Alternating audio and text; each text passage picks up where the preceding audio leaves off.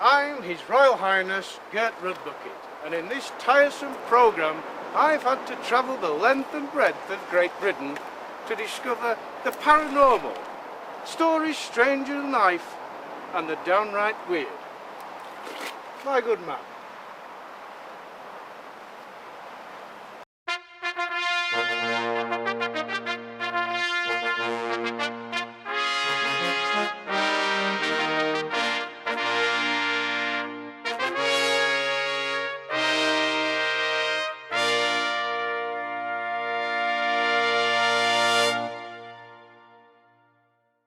Hello and welcome to another Gert's Bucket. Today we're at Muncaster Castle investigating yet more strange goings on. Reginald, there's a lot of it about nowadays, you know.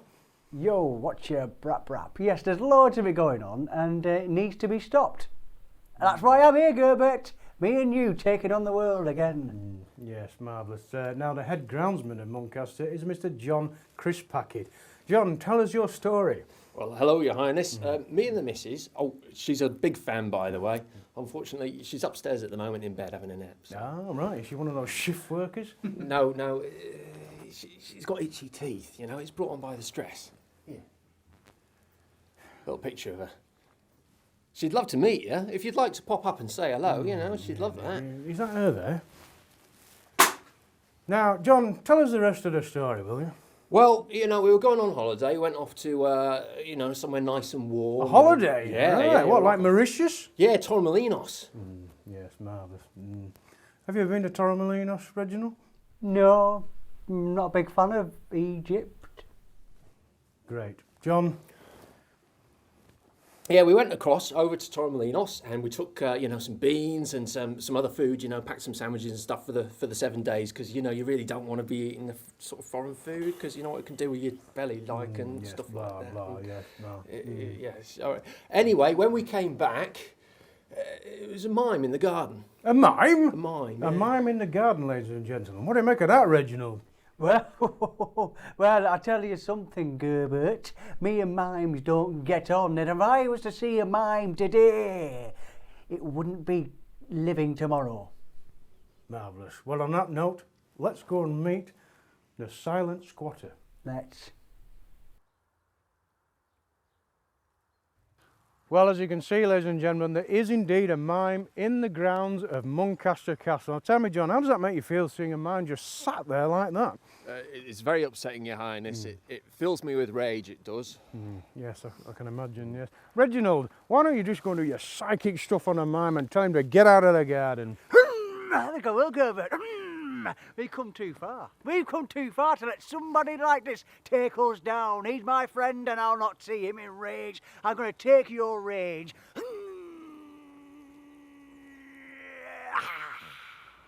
I've got his rage. Seen a bit. Yes, Reginald there, our resident psychotic. He's got certificates and everything. Not fazed by anything, John, whatsoever. Yes, well tell me, John, does the mime ever leave the grounds? I mean, how does he eat? Oh, well, he breaks into the house in the middle of the night and he goes through the cupboards, takes food and... No, that's despicable. That. Imagine somebody breaking into your house and stealing your pate and caviar. No, pot noodle. Really? Beef and tomato. Yes, Your Highness, your fan mail. Oh, thank you very much, Jeeves, yes. Dear Your Majesty, I really like your programme, Gert's Bucket, but I also like SpongeBob SquarePants. Please, could you tell me, does Father Christmas really exist? That's from Rebecca, aged 6.5. Well, let me tell you, Rebecca, if somebody breaks into your bedroom at night, he'll be bludgeoning you to death and stealing your presents instead of leaving them. Well, John, that's brew time.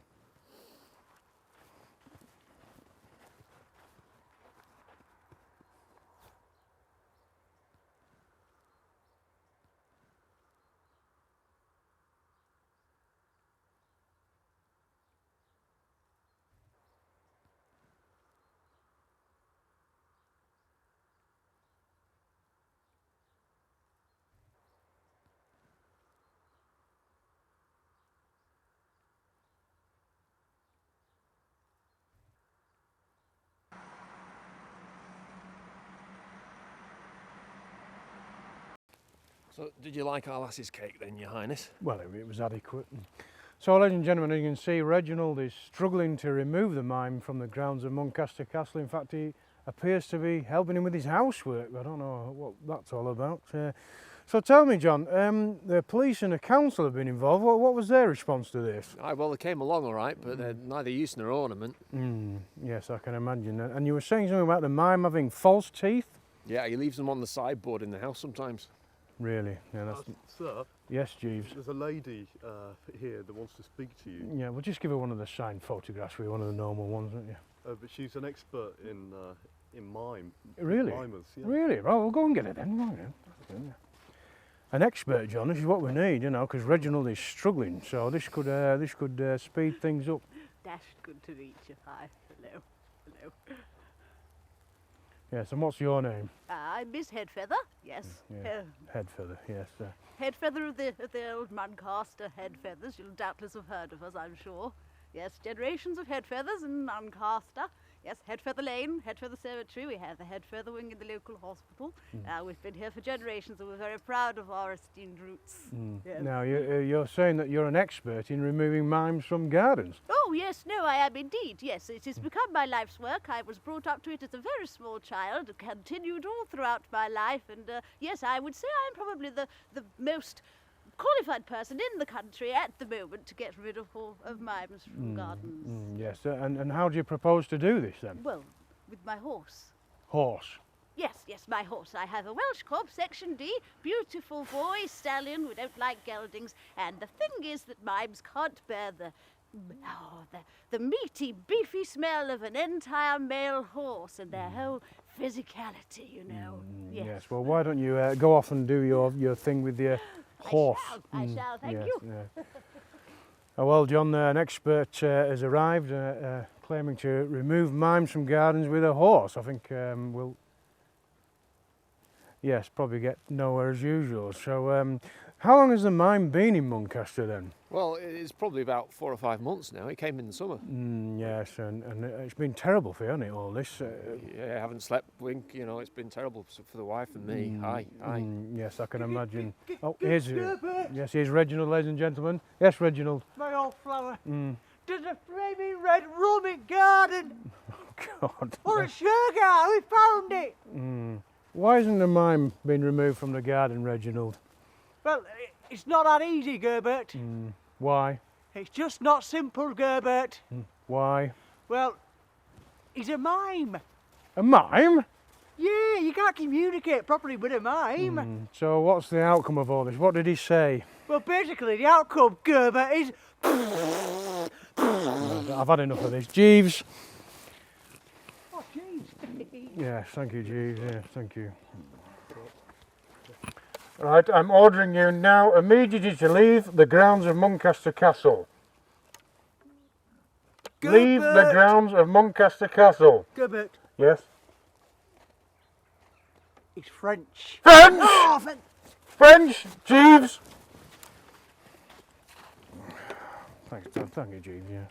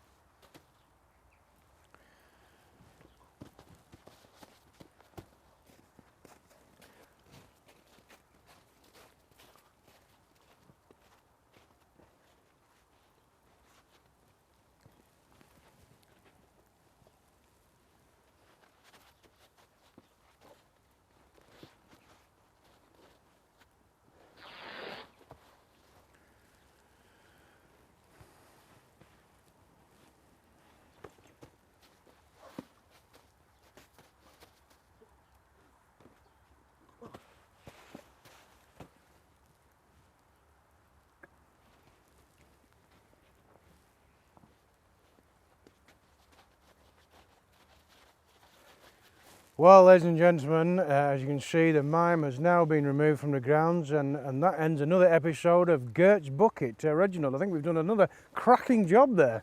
I think we have, Gerbert. We've done it again. And this time somebody's been lavicted. A job well done, Gerbert. Smashing.